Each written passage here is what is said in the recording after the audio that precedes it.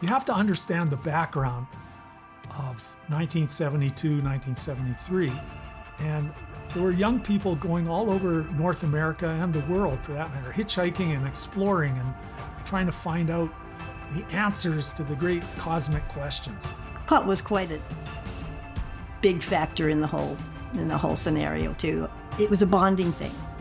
You know, you could meet somebody that you'd never see before or since. But if you share a toke with them, it's just like, yeah, you know, we got something. It's not the same as drinking. I don't know quite how I would articulate the difference, but there's a generosity about it. You know, this is at a time when there was the Vietnamese War, the war in Vietnam, and so on. So I think for me, I had always had a sense that that I wanted to do something different.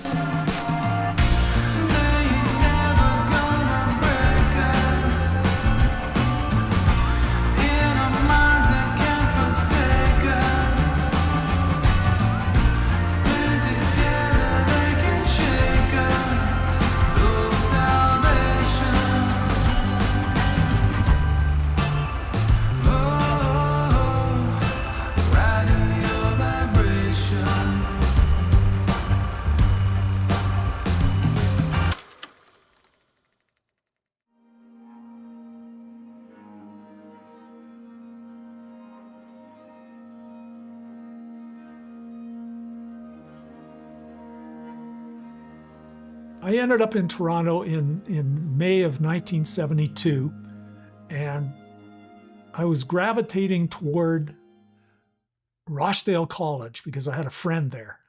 I hung out there for a little while, but this poster advertising this spiritual gathering in Toronto was in Colorado was called the Rainbow Gathering of the Tribes.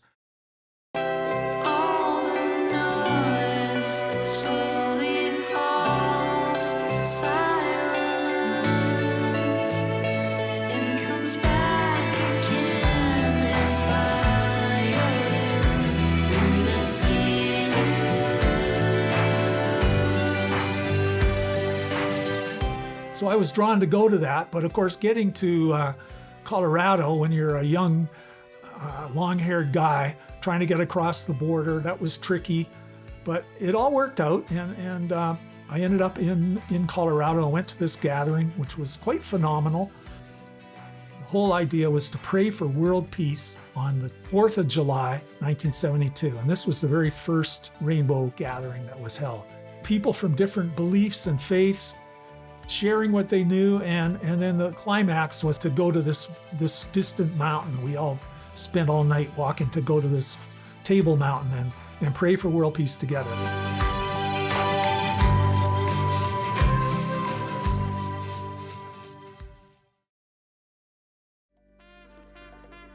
Ended up back in Toronto just before Christmas in 1972, and that's when I hung out with the folks at Rochdale College. And Rochdale College was this free university on the edge of the University of Toronto where all these egalitarian and utopic ideals were being tested and tried out, and people were coming from different perspectives and point of view and sharing what they had and what they knew. Here, I can do what I want as long as I don't hurt anybody. So if I feel like screaming out my window at 4 o'clock in the morning, hello to everybody, as long as it doesn't bother anybody, that's fine. I stayed with a group of people in a free store, and we worked in a bakery. We had an organic bakery, and we cooked all our goodies up in the Etheria restaurant in Rochdale, and distributed these organic donuts and blueberry muffins or whatever we were making.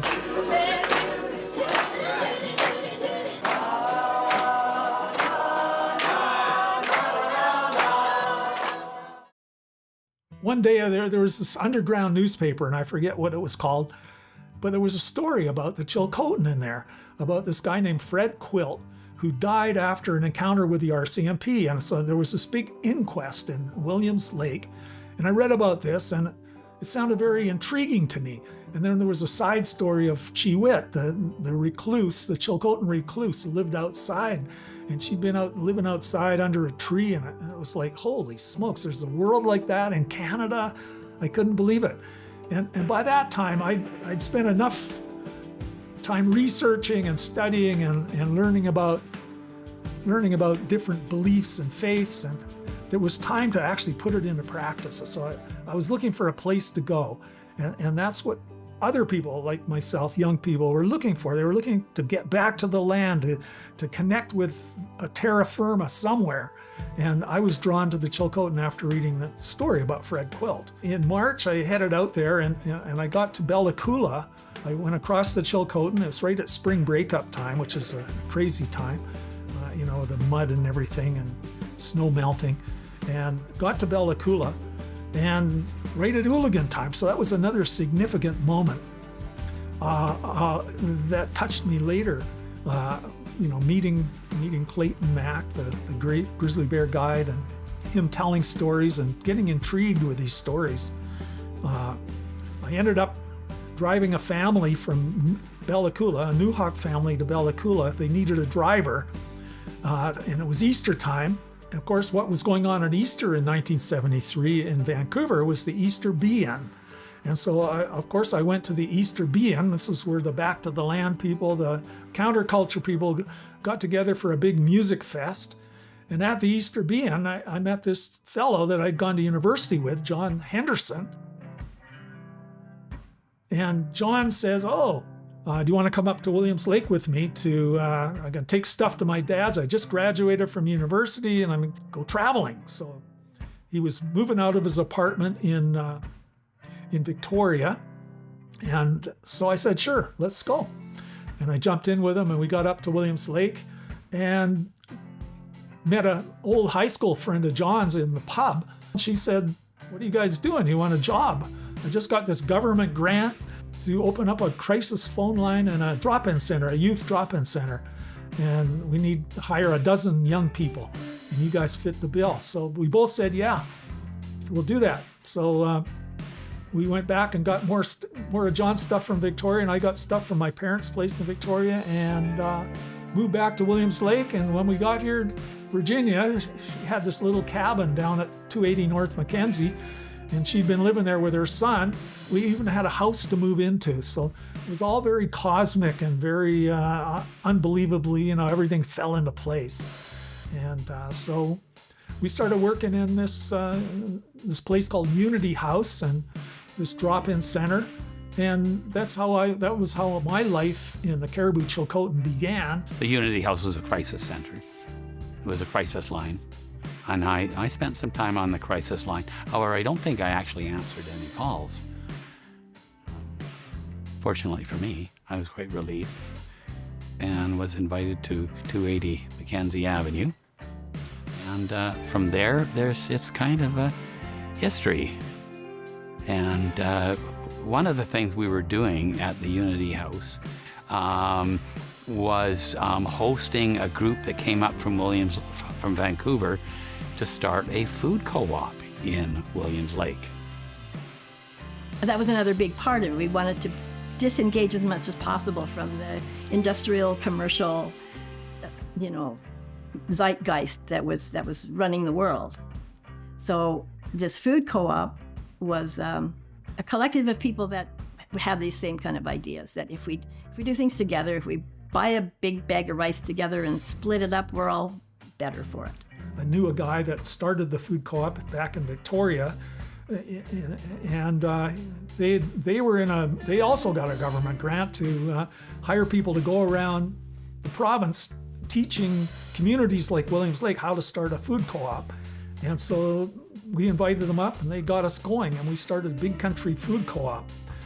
And that became a deal where you could order really good quality food, organic food, get it inexpensively, and bring it up. We used to bring it up on the train or freight truck, and we'd divide up the goodies, and so we had to get we needed some help organizing something like that, and so these guys helped us, and that's where the food co-op, between the food co-op and the youth hostel, it became a place where people could meet each other, and I was interested in getting back to the land, like this hordes of people just traveling all around North America, and we became a destination for travelers to come to Williams Lake. And it was there that I started meeting people that had been here for a year or two more, and had been living on the land, living in cabins, and learning how to make a life out in the bush. And even met my future wife, who'd come to our hostel and looking for a place to live, spend a couple of months and earn some money so they could go back to the Chilcotin. And that's the kind of deal that was. That's what the food, why it was important to me, the food co-op. It brought people together because food is a pretty essential part of life. And then living, where are you going to live? So, 4 years later, I bought a trapline 2 years later, and then 4 years later, I moved out to it in Tatla Lake. Like Rob Deether, of course, he and I, lived in that house for a year until he met Lorraine Laborde, and they fell in love, and he moved to Miocene to be with Jerry Laborde, who was, again, we met him through the food co-op that we'd started, and so Rob started becoming part of their communal scene. Like they were true communists. Jerry was a communist. He said, if you're going to be a communist, you should live on a commune. And so they were really adamant in having a commune. And they were way more organized about that than I was. I wasn't particularly drawn to political identity as a communist or, but it was fun living on the commune. I did live with him for about a year. So I think it was in 1974 that I ended up moving out to the commune, and Lorraine's dad and mom were sort of running the commune, I guess you could say. Were very influential in what was happening. A bunch of young people were attracted. A bunch of young people came up from North Vancouver. But at some point, another piece of property was, we were invited to use, the commune was invited to use a place called, it was at the Borland Meadow. And it was an old hay camp, and there were a couple of cabins, an old log barn there that nobody was using. And so the owner invited us to move up there. So Lorraine and I were we were the first of the gang to move in there. So I guess that would have been the winter of 74, 75, I believe. I can recall Sage coming up to see us at the Borland, and it was right in the dead of winter, and we had to hike into the Borland Meadow. It was about 3 miles from the Horsefly Road, and so it was a hike, and it was right at the height of winter, and there was very deep snow at that time. Guitar's pretty heavy. Oh, and your guitar, oh, you got it. I think I'll just leave the keys in the truck. Good idea.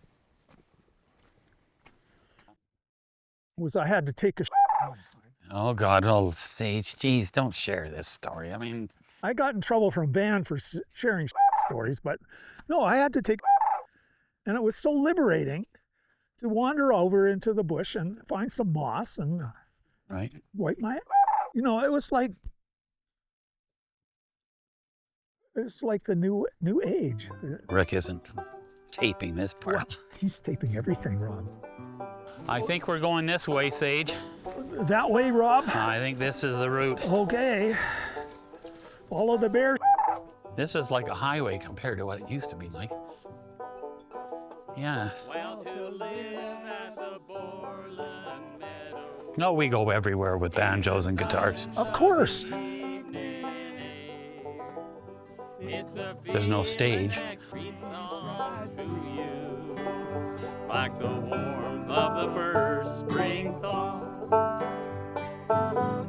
Hear the cry of the sandhill crane. Go picking mushrooms in the falling rain. Kneel down, take some earth in your hand. Living together, feeling closer to the land. Well, we live and support one another. Live a simple, basic life. Let the old ways slowly drip away like the melting of the first spring thaw. In 1985, we left the Borland Meadow, where we'd been squatting on that land, actually technically squatting, and the government, we had an ongoing battle with the government for about 11 years. They wanted us to leave, and we wouldn't leave. So finally, in 1985, we did leave the Borland Meadow, and that's when we began to migrate down here to the 100 Mile House community. They contracted some of the neighbors to come in with their bulldozers and machinery and just flatten everything. They took out all the buildings, all the fencing. I guess they were worried that we were going to move back in, or that maybe somebody was going to move back in. But yeah, they just flattened everything. And this is the first time I've been in here since we pulled out in '85.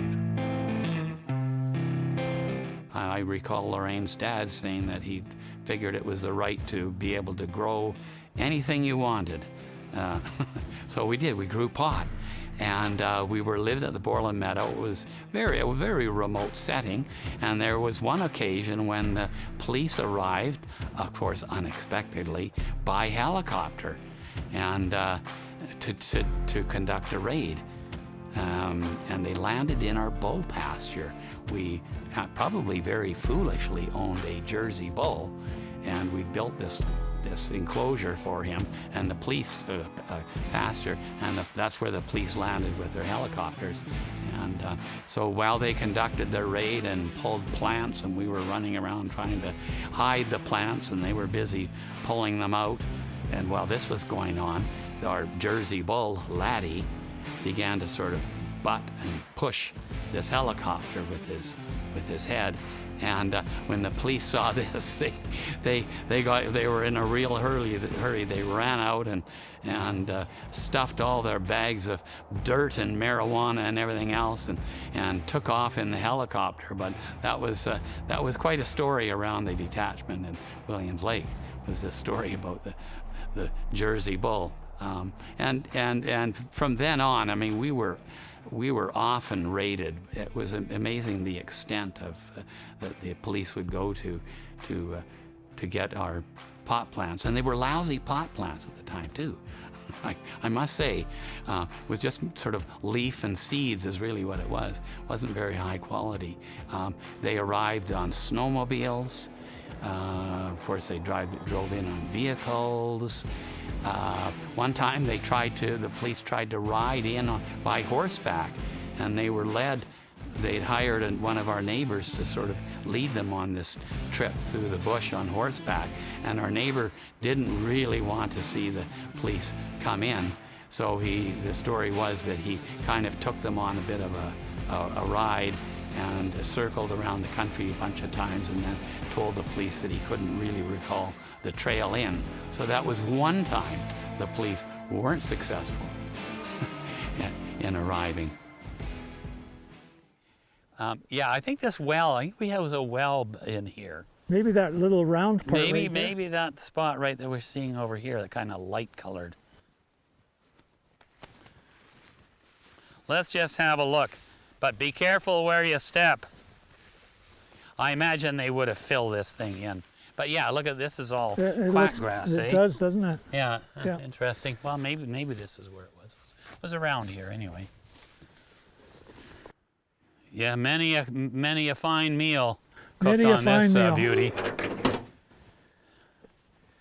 And this is the burning part on that side. You know what this was? Probably the pig cooker. Well, yeah, that's right. Yeah. Like we used to cook food for the pigs. Yeah, we used to like boil a 50 barley pound sack and of potatoes and barley and stuff wheat from the dumpsters. from the dumpsters. In town, Sage Yep. would come out with a big load of. You'd come out with a big load of God knows what. goodies.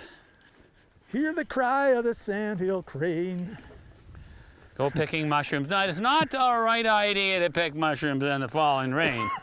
See, that's how. It's a little artistic license. Yeah, You know. that's when they grow best, when they're wet. The counterculture still lives, just sort of different forms, but you know, there's still quite a strong connection with the old counterculture, the back to the landers. There are some people that are still growing pot as part of the counterculture. And you know, there's a group of young people that I think are really interested in getting back to the land, and I'm part of a co-op now, a land co-op, and you know, our aim is to make property available to young farmers, because you know, we're getting a little ancient ourselves, so we want to see some succession happening and do everything we can to encourage another generation of counterculture folks and people that grow food and really contribute a lot to the community. And then, you know, we have these huge questions that face us now, you know, climate change and everything else. Yeah, these are, you know, they're difficult times. And so, yeah, the counterculture, the alternative culture, yeah, very important. Absolutely. January, Richard says to me, yeah, you know what? I think we're going to have a visitor. I said, get out of here, man. Like, we're 10 miles past the end of the road, down 4 feet of snow on the ground. No, you must be dreaming. What are you smoking? You know, like, and about an hour later, there's this whoop, and there's Christine. And she had left Moose Bow Meadow, left Mark, and come to live with me.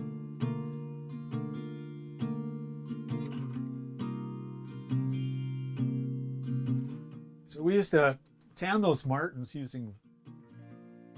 And this, unfortunately, is the reason I haven't worn it too much. It's starting lately. to disintegrate. It does actually. Yeah, see, it kind of sheds Yeah, a bit it now. does. Sure, well, it does. It's old, and of course Yeah. it's lined, right? Yeah. You know, but that's but I mean, A beautiful I've piece this of work. for years. Yeah, no. And actually, the picture of me that actually Carolyn Travers Noble took of me is on the back of my book. I have. Oh, this that's who post took on- that picture. Yeah, that was over at the ranch. Anyways, I wore this for years. I had a hat you made. It had the martin around here, and the rest was knitted at the top. And I loaned it to my friend. He was walking from Anaheim Lake to Clean or something. Anyway, by the time he got to Clean, it was gone. I don't know where the hell my beautiful hat went. So I don't even remember the hat. I know you wouldn't. I mean, you don't remember everyone, but look how beautiful the martin is. They have orange throats. Yeah. So when you showed up at our place, Yeah. you knew how you had those 10 years of living in the bush. Like And doing you it. came in 69, and this was 77, Oh, wow. 78. So you'd been there. You'd been in the bush 9 years with Mark, Wow. and you had the skills, and you knew how to dry the fish. You knew how to eat the fish like suckers. That no white guys eat suckers. They but wouldn't even eat them. no, and you showed. I was surprised how you showed us how you do The it. skin and pull the skin off. And Pull the skin off, and then and then take out the backbone. I think you take out the bone, yeah. and then dry it. And then thing is, usually it's got full of bones, but once you dry it, hang it up and dry it, and then you want to reconstitute it. You put it in a frying pan. Put it in a frying pan like this, and put it on the top of the stove, and roast it. And after about 5 minutes, it's ready to eat, and the bones crumble up just like I don't remember that. Yeah. That was dried. I the don't dried remember that. suckers. We would put on a Put it in a frying pan. on a I frying don't pan remember or that. on the top of something, on a grill or something like this, Yeah. and roast it. And then when you wanted to eat it, you could just munch it up because the bones would crumble. I don't remember. You don't remember that, but I'm zero. that's what I remember. Well, you're probably, your memory's better. I don't even. Well, I'm younger than you. A little bit. Not that much. That's how they were when I met them. Williams Lake, yeah. This is Christine. She was Chris, he was Mark, and he was Otis. And Otis is now 55 years old. Yeah, so this is probably 1976. Okay, 76. So that's how they were when more or less how I met them when they were that age. Yeah, we're about that age. That's Shiny and Christine. The mouth of that, where the river is.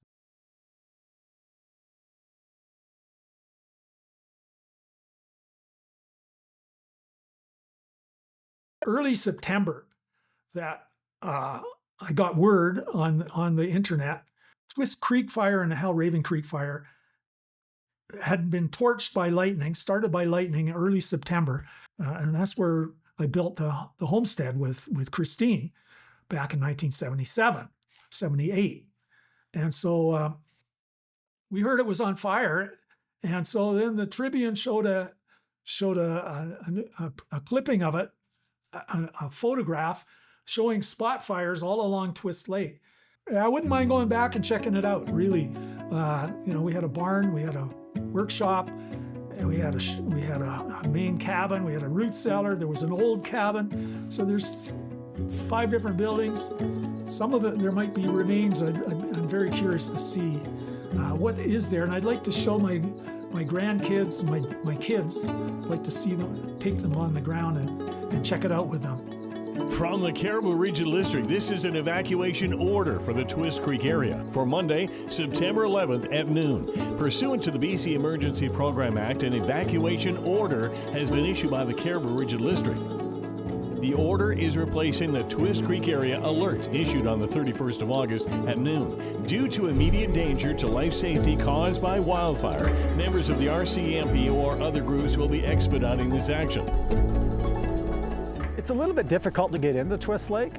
As you know, it's kind of takes a few hours to get down there, and there's a locked gate you have to contend with. You can't, you kind of got to make arrangements to go. And yay! Keys to the kingdom!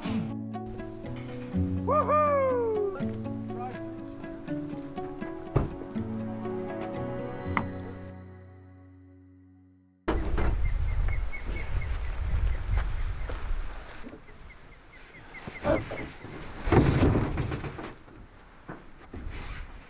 This is a heavy kayak. It is.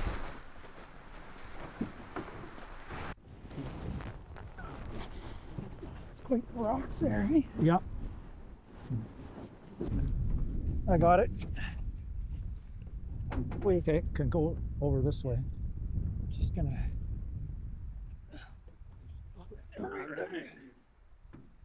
I'll paddle on the outside of the corners, I guess.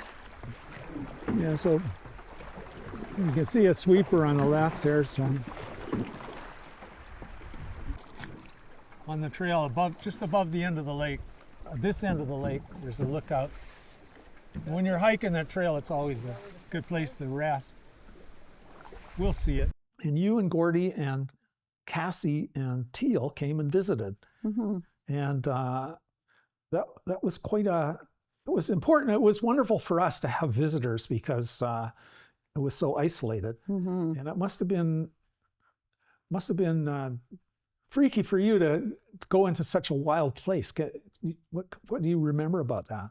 It was very difficult for me, actually. Gordy is a wild wilderness man and loved, canoeing and getting out, way out like that. And I'm a new mom, so I've got a 3-year-old. I think Cassie was 3, and Teal would have been not 2 yet, maybe 18 months. She was walking. They were both in diapers. Cassie wouldn't have been in diapers, but anyway, these 2 babies in the canoe, and Gordy, he didn't talk me into it, but I knew he really wanted to do it. So I thought, okay, we'll pack the kids, and he was very good about keeping us safe. And We went through a ranch and then got the canoe into a river. The river went way down, and then you guys met us in some marsh somewhere. Was that how it went? Or That could be so, yeah. And then we paddled across the lake. yeah.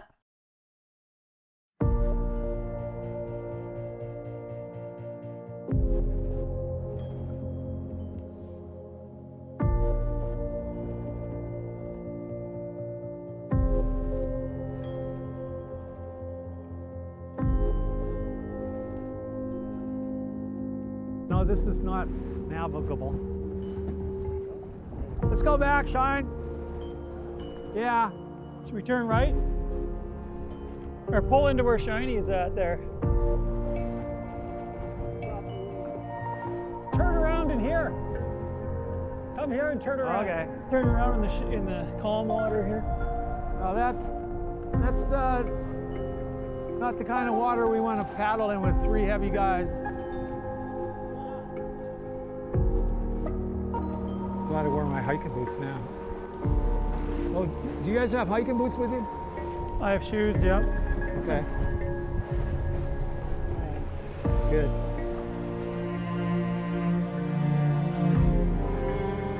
What a war zone.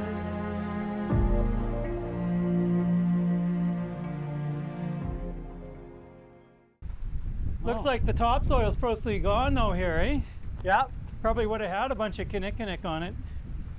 This topsoil just, like the wind was probably howling like this when the fire was here, and Probably was. like that is when fire just rages.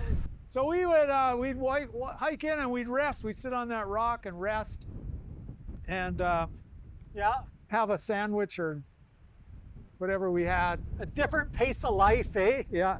It's just, I mean, it was a half a day's journey to go to Tatla Lake, well, right? yeah, you spend your time doing the daily minutia. Yeah. You know, like just, and timing is everything. you spend your time traveling or That's getting why we needed to camp at Christine's place. Yeah, you come out you can't just go out for a day and come back, really.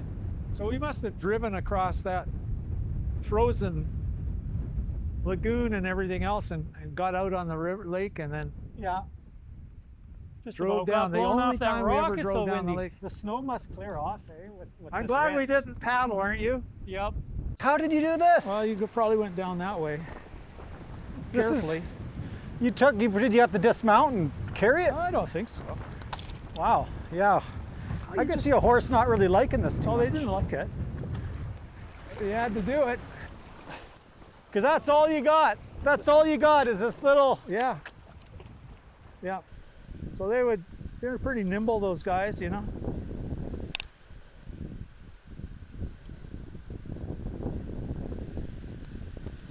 The hunting camp is there, right?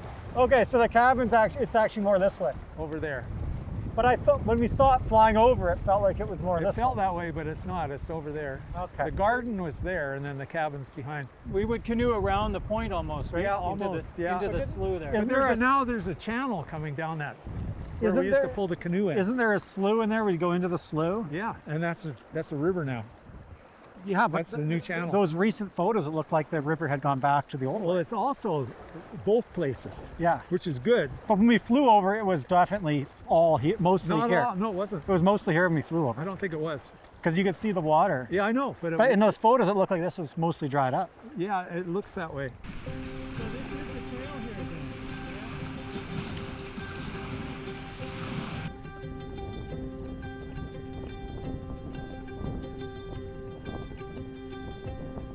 Geez, I guess we could have camped here. You know. Should we go back and change? Go back and get our stuff. Yeah, you could have camped at Dave Wilson's old campsite. Yeah, or even closer to. It's not all that unfriendly. Is this the trail here? Yeah, probably. Or are we just kind of... Well, it's more or less. Now, was this drop after the fire? I see there's some broken up Been there a while. So this must have, yeah, the fire rolled through on this bad boy.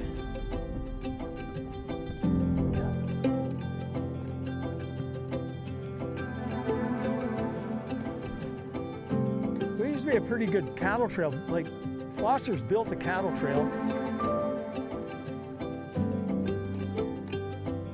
I'm pretty sure the cabin is way over here, right? Yeah. This is the new channel? Yeah, yes. It is. This one didn't exist last time we were here. So we could put a rail across the grab if anyone wants an extra thing to grab onto. We'll be okay. Here, I saw a nice rail we could extend out. I'm not touching none of those rails.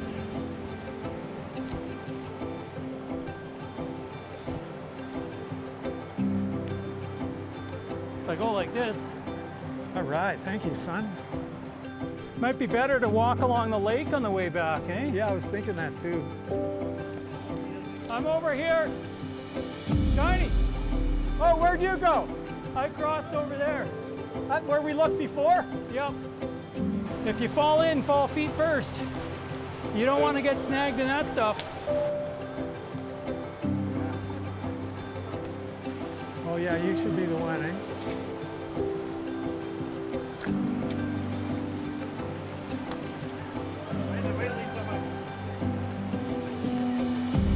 We'll find a better way to go back. Yeah. Yeah. Wow. Oh, easy now. You got her? I hope so.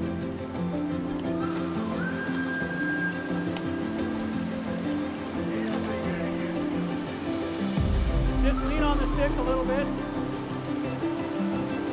I got it. It's not like it's deep or anything. It's not like it's deep, but it might not be good on your knees. It just sounds scary. Yeah, it's very... Oh, that's cold. Cold, isn't it? The stick's the way to go, though. Yeah. It's way more stable. So we can break through there. It looks like it's... Yeah. Holy... So what is this? The old cabin. Is this the cabin? The old... Well, this is the dump. Oh, teapot. Like a cup of tea? There's melted glass on it. Yeah, I know. Oh, because here's another structure. So there was that's the old cabin, that's the storehouse. Remember the storehouse? Oh, look at there's the all shop? the bottles. Or no, the shop is further over. Oh, there's a cabin over there too. Yeah, dang it. Yeah, there's the shop. Yeah, look at all the gallon jugs, eh? So this is the storehouse. Oh, look, we got a rake. So the old cabin. This was the storehouse? Yeah, storehouse. Richard built this, eh, when he came? Okay. Holy she's warped and it's almost worth saving, eh? Mint. Whoopsie. Oh, it's cracked. Look at this bad boy. She's intact. So this is the cabin that the store house? This is the storehouse that Richard built. See, there's the saws. We have the saw. I bought that saw off this guy named in Williams Lake. Herb Watsky. So this really grew in since we were here. Oh yeah, for sure, eh? Because like all these trees. I bought this off of Herb Watsky. He was an old blacksmith in Williams Lake. Yeah. And I needed a saw like that. So he sold you that. What's this pit here then? There's a rake head, some horseshoes. Yeah. And traps. Here's marten traps.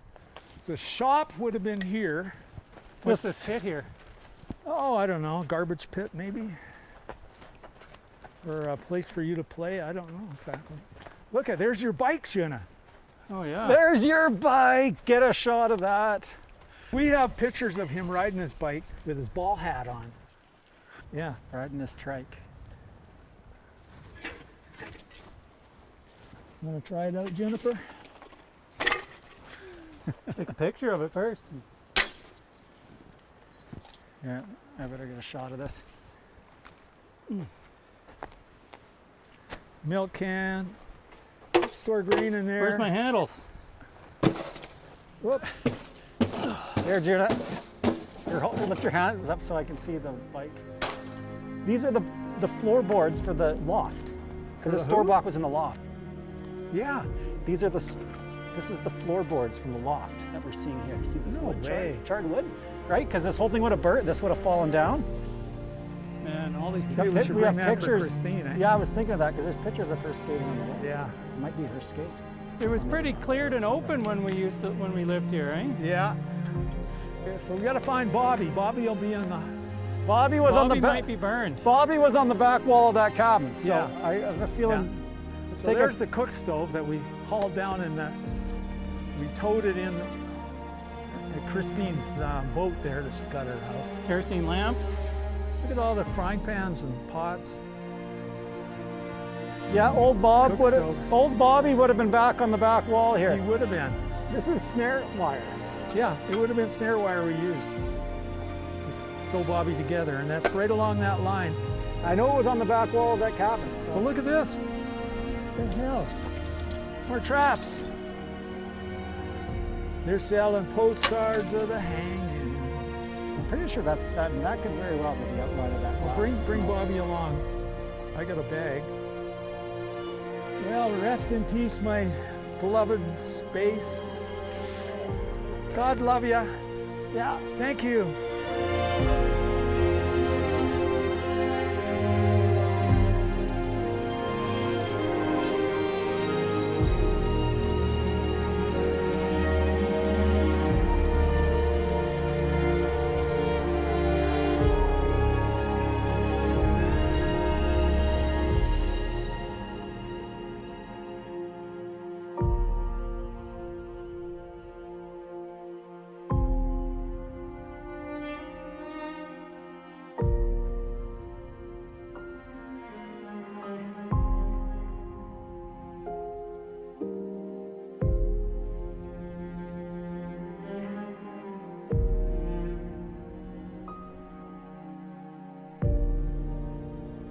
It took out a chapter, you know, an important chapter of our history of homesteading.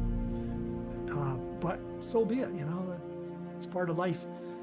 And you can't cry over spilt milk. I'm gonna tell you a story of a garden tall and green, of the prettiest marijuana plants that you have ever seen. How a 5-ton truck came and took 'em all away, and so began the troubles of Eddie McRae. If you've got a little time and you've got a little seed like Eddie McRae, you can grow a little weed. He was a wonderful gardener, a good man indeed, but they got him for growing terrible weed. We all thought that Eddie must be kinda straight. Signs saying keep out were all over his estate. Do beware the mean dog, prosecuted you will be if you trespass on my land. He did not want company. This ain't no tourist info booth. If you're lost, you're on your own. A sign upon his fence did say, as the weed seed was sown. As it grew tall and lovely, to silence he was prone. We thought he was unfriendly, so we left him alone. If you've got a little time and you've got a little seed like Eddie McRae, you can grow a little weed. He was a wonderful gardener, good man indeed, but they got him for growing terrible weed. He's filming as he goes. Take a picture of Rick. Yeah, you're all right. It's important you don't drop your camera. Do you want to go to the right more, do you think? I don't know, I'm just filming stuff.